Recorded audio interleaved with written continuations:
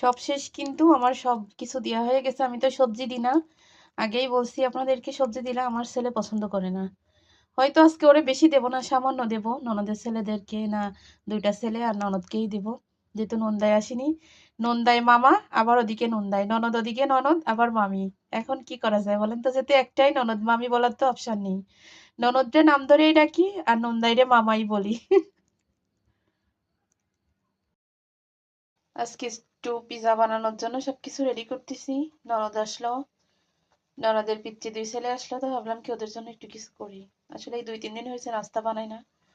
এই চা বিস্কিট, তারপরে এই বাইরের থেকে একটু পুরি পেঁয়াজ এগুলা নিয়েই খাওয়া হয়, কিছু বানানো হয় না এই 2 দিন। আজকে ভাবলাম একটু পিজা বানাই ওদের জন্য। অনেক কিছু আসলে এখানে ভিডিও করা হচ্ছে না, কারণ একা হাতে এই যে পড়ে গেল, একা হাতে আসলে এগুলো ভিডিও করা যায় না। এখানে আমি ম্যায়োনিজ বানানোর জন্য সয়াবিন তেল আর গুঁড়া দুধ দিয়ে দিচ্ছি, দিয়ে সুন্দর মতো ম্যায়োনিজ বানিয়ে নেবো। হয় না, একজনে ধরলে তাহলে হয়। ছেলেটা ওই জ্বর ফুপিয়ে আসছে, ফুপির ছেলেদের সাথে মানে করতেছে, র্যাকেট খেলতেছে। এই জন্য আর ওরও বিরক্ত করলাম না, নিজে নিজে কষ্ট হলেও করতেছে।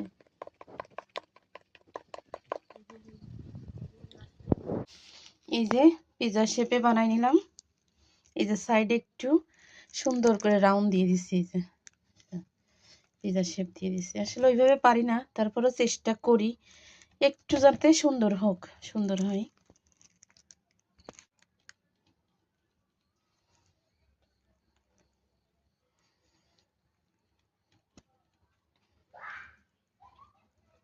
এইভাবে দেওয়ার কারণ হচ্ছে ওই যে দিছি আপনার গুঁড়া দুধ দিছি। আটা মাখার সময় আসলে দেখাতে পারি না অনেক কিছুই ছেলের জন্য, ওরে দিয়েই মাঝে মাঝে একটু ভিডিও ধরাই, যেটা 2 হাত দিয়ে করতে হয় সেটা ওরে দিয়েই করাই। তা আজকে ওই জোর ফুপি ছেলেদের সাথে খেলা করতেছে, এই জন্য আর আসলে কিছু বললাম না, পরীক্ষাও শেষ। এর সাথে হচ্ছে আপনার ইস্ট দিছি, গুঁড়া দুধ দিছি, আর হচ্ছে ওই বেকিং পাউডার দিছি, দিয়ে সুন্দর করে আটাটা মেখে নিছি। ফুটা ফুটো করে না দিলে ফুলে ফুলে মানে ওই পিজা শেপটা নষ্ট হয়ে যাবে, এই জন্য এরকম করে দিলে তাহলে আর ওই পিজাটা ফুলবে না।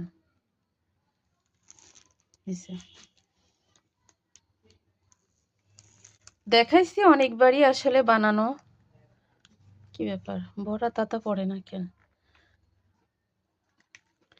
আলফা, কোথায় গেছো তুমি? কোথায় যাচ্ছ? তোমার যে একটু দরকার ছিল। শীত করলে কি আর হয় বলো? হ্যাঁ,